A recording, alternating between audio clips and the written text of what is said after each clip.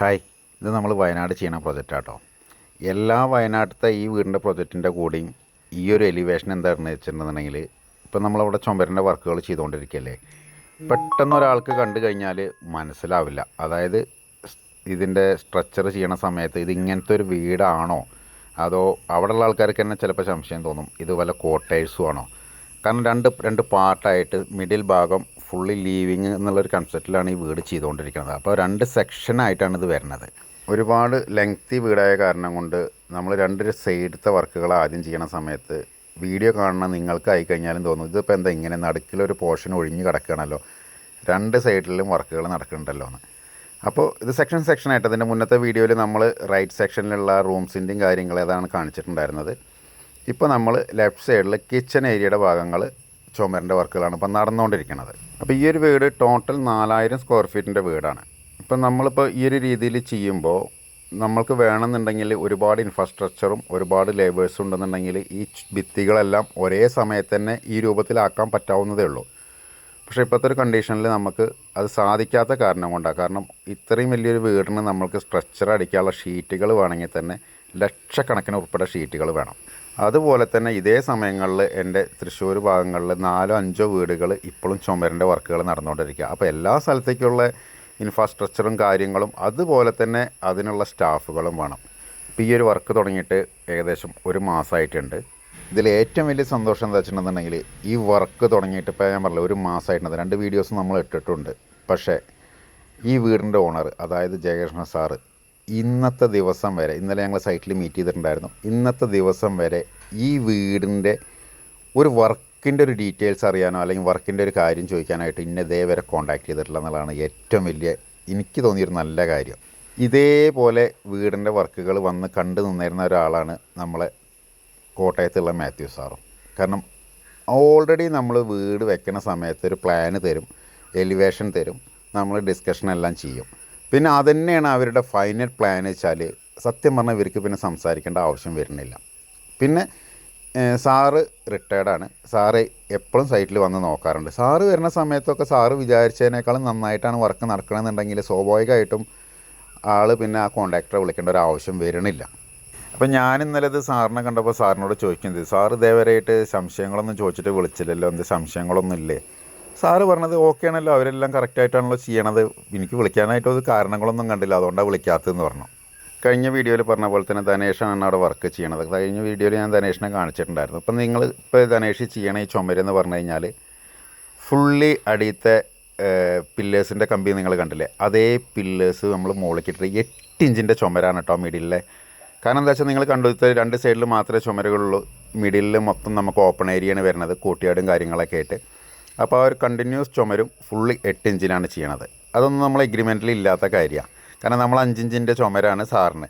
പിന്നെ സാറ് വന്ന് നോക്കണ സമയത്ത് പല ചുമരുകളും 8 ഇഞ്ചിലാണ് പോയിരിക്കുന്നത്. അപ്പോൾ അങ്ങനെയുള്ള ഒരാൾക്ക് നമ്മളെ വിളിക്കേണ്ട, നമ്മളോട് സംശയം ചോദിക്കേണ്ട ഒരു ആവശ്യം വരുന്നില്ല. അതും ഒരു മെയിൻ കാര്യമാണ്. പിന്നെ എല്ലാ ആൾക്കാരും ഇപ്പോൾ ഈ ഒരു വീട് കണ്ടിട്ട് ഇതേപോലെ 8 ഇഞ്ച് ചുമര് നിങ്ങളെ വീടിന് വേണമെന്ന് പറയുമ്പോൾ, ഇപ്പോൾ 1000 സ്ക്വയർ ഫീറ്റുള്ളൊരു വീടാണെന്നുണ്ടെങ്കിൽ നമുക്ക് ഒരിക്കലും അവിടെ 8 ഇഞ്ചിൻ്റെ ചുമരിൻ്റെ ആവശ്യം വരുന്നില്ല. മനസ്സിലായില്ലേ? 4000 സ്ക്വയർ ഫീറ്റുള്ള വീടാണ്.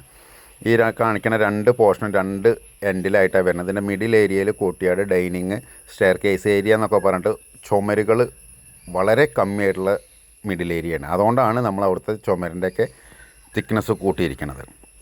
ബാക്കി ഇപ്പോൾ നിങ്ങൾ കണ്ടുകൊണ്ടിരിക്കുന്ന ചുമരിൻ്റെ തിക്നെസ്സൊക്കെ 5 ഇഞ്ചാണ് പറഞ്ഞിട്ടുണ്ടായിരുന്നത്. പക്ഷേ നമ്മളതൊരു 5.5 ഇഞ്ചാക്കിയിട്ടാണ് ഇപ്പോൾ ചെയ്തുകൊണ്ടിരിക്കുന്നത്. പിന്നെ ആളെന്നെ വിളിക്കാത്തതിൻ്റെ മെയിൻ കാരണം എന്താ വെച്ചാൽ നമുക്ക് പ്ലാൻ തന്നിട്ടുണ്ട്, നമുക്ക് എലിവേഷൻ തന്നിട്ടുണ്ട്. അപ്പോൾ ആ സെയിം ഇത് തന്നെയാണ് അവർ ഇത്രയും വലിയ വീട്ടിൽ വലിയ മോഡിഫിക്കേഷൻ ഇനി വരുത്താൻ അവർ ഉദ്ദേശിക്കണില്ല. അപ്പോൾ ആ തന്നത് കറക്റ്റായിട്ട് ഞാൻ ചെയ്യുന്നുള്ള ഇതിലായിരിക്കും ഇട്ട ആൾ. കാരണം ആൾക്കിപ്പോൾ ഏകദേശം ഇങ്ങനെ ചെയ്ത് വരുമ്പോൾ ഏകദേശം രൂപമാകുമ്പോൾ ഏകദേശം മനസ്സിലാവുമല്ലോ ആളുടെ പ്ലാൻ കറക്റ്റായിട്ടാണ് പോകണമെന്നുള്ളത്. അതൊരു മെയിൻ റീസണാണ്. പ്ലാൻ ചേഞ്ചസ് വരുത്താറുണ്ട്. ചില വീടുകളൊക്കെ ചെറിയ വീടുകളാണെങ്കിൽ പ്ലാൻ ചേഞ്ചസ് വരുത്താറുണ്ട്. അങ്ങനെ ആകുമ്പോൾ ക്ലയൻറ്റുകൾ അഭിപ്രായം പറയലുണ്ട്. അതൊക്കെ നല്ല കാര്യം തന്നെയാണ്. ചില ആൾക്കാർ പ്ലാൻ വരയ്ക്കുമ്പോൾ ഒരു പെട്ടെന്നൊന്ന് വരച്ച് പ്ലാൻ അപ്രൂവലൊക്കെ മേടിക്കും. പിന്നെ അവർക്ക് തോന്നുക ഹാളിന് സ്പേസ് കമ്മി അല്ലെങ്കിൽ റൂമിന് കുറച്ച് വലിപ്പം കമ്മി, അതൊക്കെ കൂട്ടണം കുറയ്ക്കണം എന്നുണ്ടെന്നുണ്ടെങ്കിലും നമ്മൾ ചുമര് വെക്കണതിൻ്റെ മുന്നായിട്ട് തീരുമാനിച്ച് കഴിഞ്ഞാൽ നമുക്കതൊക്കെ ചെയ്യാൻ പറ്റും.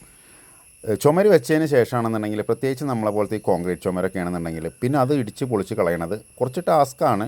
അല്ലെങ്കിൽ പിന്നെ കട്ടർ മെഷീനോ കൊണ്ടു വെച്ചിട്ട് കട്ട് ചെയ്യണം. അപ്പോൾ ഏറ്റവും ബെറ്റർ നമ്മൾ വെക്കണ സമയത്ത് തന്നെ ക്ലയൻറ്റിനോട് എന്തൊക്കെയാണ് അഭിപ്രായങ്ങൾ ചോദിച്ചിട്ട് ഇതെങ്ങനെ തന്നെ മതിയോ അതല്ല വ്യത്യാസങ്ങൾ എന്തെങ്കിലും വരുത്തണോ എന്നൊക്കെ ചോദിച്ചിട്ടാണ് കേട്ടോ അവരും വ്യത്യാസങ്ങൾ വരുത്താറ്.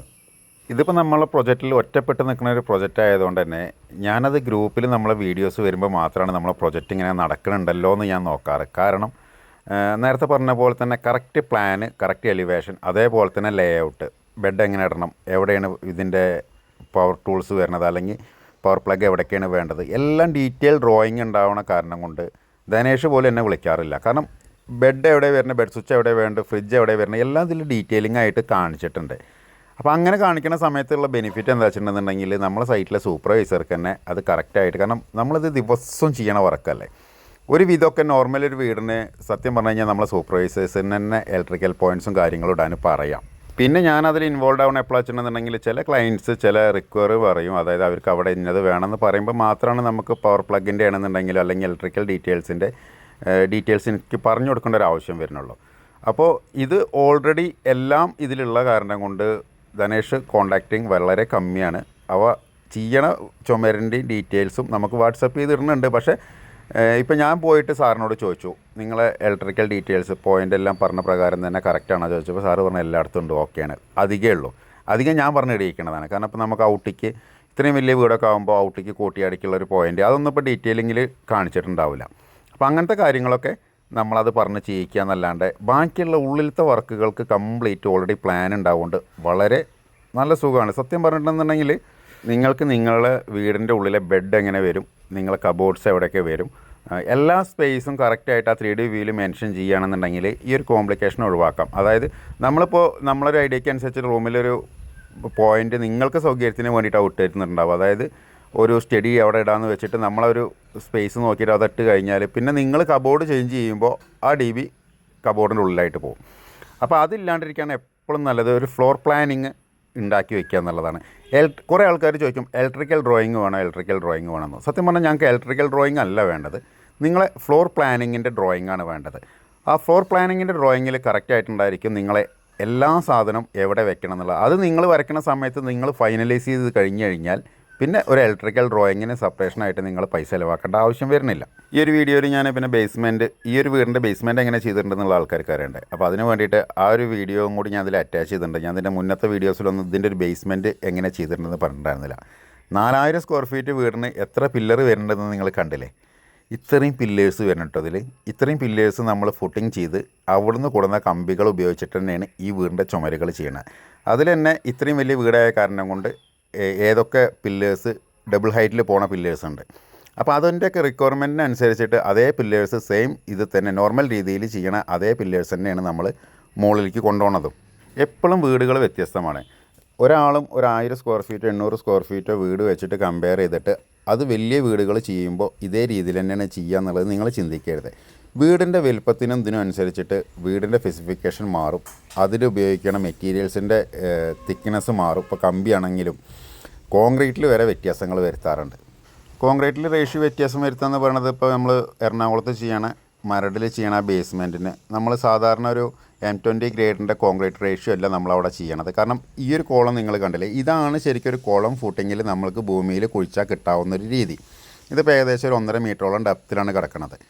പക്ഷേ ആ ഒരു ബേസ്മെൻറ്റ് നമ്മൾ 1/2 മീറ്റർ കുഴിക്കുമ്പോഴേക്ക് തന്നെ വെള്ളമായിരുന്നു. അപ്പോൾ അതവിടെ നമ്മൾ ഇവിടെ ചെയ്യണ ഒരു റേഷ്യോയിൽ കോൺക്രീറ്റ് ചെയ്ത് കഴിഞ്ഞിട്ടുണ്ടെന്നുണ്ടെങ്കിൽ ഒരിക്കലും അതിനൊരു സ്ട്രെങ്ത്ത് കിട്ടില്ല. അതുകൊണ്ടാണ് നമ്മൾ അവിടുത്തെ കോൺക്രീറ്റിൻ്റെ റേഷ്യോ മാറ്റം വരുത്തിയിരിക്കുന്നത്. അപ്പോൾ നിങ്ങൾ ഈ കാണുന്ന ഈ കംപ്ലീറ്റ് പില്ലേഴ്സിൻ്റെ കുഴിയും, അതായത് ഈ 4000 സ്ക്വയർ ഫീറ്റ് വീട് നമ്മൾ ചെയ്യണ സമയത്ത് അതിനെങ്ങനെയാണോ ബേസ്മെൻറ്റ് ചെയ്യണത് ആ രീതിയിൽ നമ്മൾ ബേസ്മെൻറ്റ് തന്നെ ചെയ്യണം. കാരണം ഞാൻ നേരത്തെ പറഞ്ഞു ഒരുപാട് വലിയ ഹാളുകളും കാര്യങ്ങളൊക്കെ ഉള്ളതാണ്.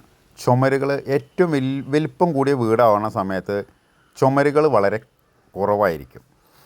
ഒരു 1000 സ്ക്വയർ ഫീറ്റ് വീടാണെന്നുണ്ടെങ്കിൽ ഒരു 2 ബെഡ്റൂം ആക്കുകയാണെങ്കിൽ തന്നെ അതിൽ ഒരുപാട് ചുമരുകൾ വരും. നേരെ മറിച്ചൊരു 4000 സ്ക്വയർ ഫീറ്റ് വീട് ഇപ്പോൾ ഇതിൻ്റെ അപ്പോൾ അതിനനുസരിച്ചിട്ട് റൂമിൻ്റെ സ്പേസ് കൂടും. ഇപ്പോൾ ഈ റൂം വന്നിരിക്കുന്നത് 16x14 ബെഡ്റൂം സൈസ് വന്നിരിക്കുന്നത്.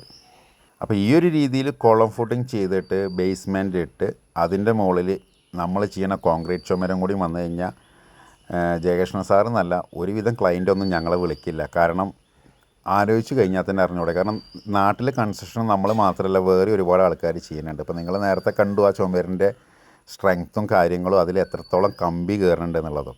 ഇപ്പോൾ സാധാരണ ഒരു രീതിയിൽ ചെയ്യുകയാണെന്നുണ്ടെങ്കിൽ പില്ലേഴ്സ് ഇട്ട് അതിൻ്റെ ഇടയിൽ ബ്രിക്സ് വെച്ചിട്ടല്ലേ ചെയ്യുക. അതുകൊണ്ടാണ് അവരൊന്നും വിളിക്കാത്ത കേട്ടോ.